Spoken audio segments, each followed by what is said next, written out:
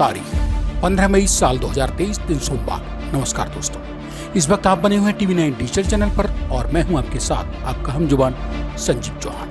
आज बेबाक खरी खरी बात करते हैं भारतीय नौसेना श्रीलंका और मालदीव द्वारा संयुक्त रूप से अंजाम दिए गए ऑपरेशन समुद्रगुप्त की।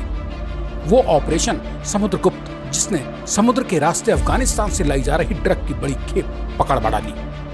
जब्त ड्रग की कीमत इंटरनेशनल मार्केट में 12,000 करोड़ से ज्यादा मानी बताई जा रही है। अब तक हिंदुस्तानी जांच व खुफिया और एंटी ड्रग एजेंसीज जैसे नारकोटिक्स कंट्रोल ब्यूरो इत्यादि एजेंसियां ही इंटरनेशनल ड्रग तस्करों और तस्करी के काले कारोबार के ताबूत में कीले ठोकने के लिए जानी पहचानी जाती थी। इस बार तो भारत की जल सेना ने भी कमाल कर डाला है। हजारों करोड़ कीमत की ड्रग खेप को पकड़वाकर। जानते हैं दोस्त, कौन सा ड्रग है ये? हिंदुस्तानी जल सेना द्वारा जिसकी जब्ती के बाद दुनिया भर के ड्रग तस्करों और ड्रग सप्लाई करने वाले देशों में कोहराम मचा हुआ है। ये जब्त ड्रग है मेथाम्फेटामाइन, जिसकी ये बड़ी खेप हिंदुस्तानी नेवी यानी जल सेना ने जब्त की है एक पाकिस्तानी के कब्जे से। जब्त ड्रग की इंटरनेशनल मार्केट में अनुमानित कीमत मानी जा रही है 12,000 करोड़ रुपए। यह ड्रग हाल में ही अफगानिस्तान से समुद्र के रास्ते भारत के केरल राज्य में ले आई गई थी। इस तरह के और इतनी बड़ी ड्रग की खेप की धरपकड़ में भारतीय नारकोटिक्स कंट्रोल ब्यूरो, श्रीलंका और मालदीव से नेवी को हासिल इनपुट की भी अहम भूमिका बताई जाती है।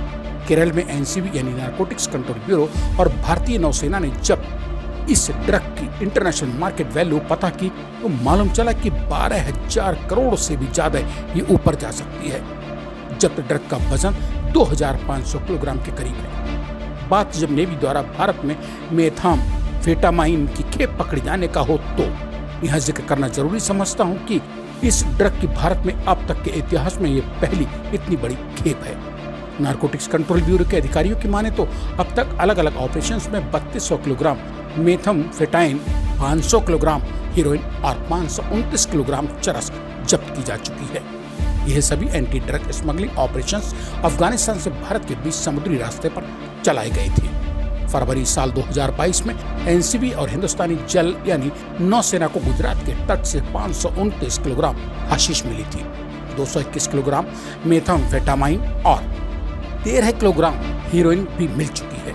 यह खेप बलूचिस्तान और अफगानिस्तान के रास्ते भारत में पहुंचाई गई थी, जबकि अक्टूबर 2022 में केरल के समुद्री तट पर एक ईरानी नाव के अंदर से 200 किलोग्राम उच्च क्वालिटी की हीरोइन पकड़ी गई थी। वो भी खेप अफगानिस्तान से ही भारत में भेजी गई थी। तब उस एंटी ड्रग स्मगलिंग ऑपरेशन में 6 ईरानी मूल के ड्रग तस्कर गिरफ्तार किए गए थे। अब जो 12,000 करोड़ की कीमत की ड्रग खेप पकड़ी गई है, उस टीम को एनसीबी के महानिदेशक संजय कुमार सिंह खुद ही लीड कर रहे थे। इस ऑपरेशन का नाम रखा गया था समुद्रगुप्त। इस ऑपरेशन की सफलता में एनसीबी, नौसेना की इंटेलिजेंस विंग के साथ साथ डीआरआई, एटीएस गुजरात, देश की और कई ड्रग कानून प्रवर्तन एजेंसियों का भी सराहनीय सहयोग रहा है। यह ड्रग खेप मकरान तट पर मदरशिप नाम के संदिग्ध जहाज से बरामद हुई है। मदरशिप जहाज इस तरह की ड्रग तस्करी के लिए पहले से ही खासे बदनाम है।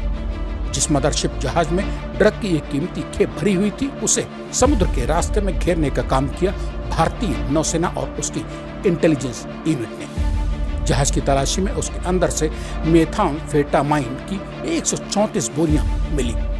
इस मामले में एक ईरानी नागरिक को तो हिरासत में ले लिया गया है, जबकि संदिग्ध स्पीड बोट में सवार मिले एक पाकिस्तानी नागरिक को भी पूछताछ के लिए पकड़ा गया है।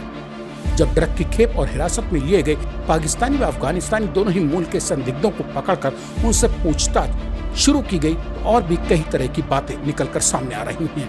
यहाँ बताना जरूरी है कि इस तरह के बड़े एंटी ड्रग ऑपरेशंस में अक्सर श्रीलंका भी भारत के खुलकर मदद करता रहा है।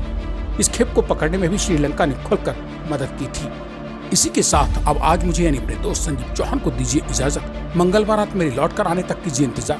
तब तक के लिए नमस्कार। और हाँ दोस्त, जाते जाते TV9 डिजिटल चैनल को सब्सक्राइब करके कमेंट बॉक्स में अपने मन की बेबाक बात भी तो लिखते जाइए, क्योंकि आपके कमेंट्स ही तो हैं पॉडकास्ट की हर कड़ी की जान, पहचान और प्रोत्साहन।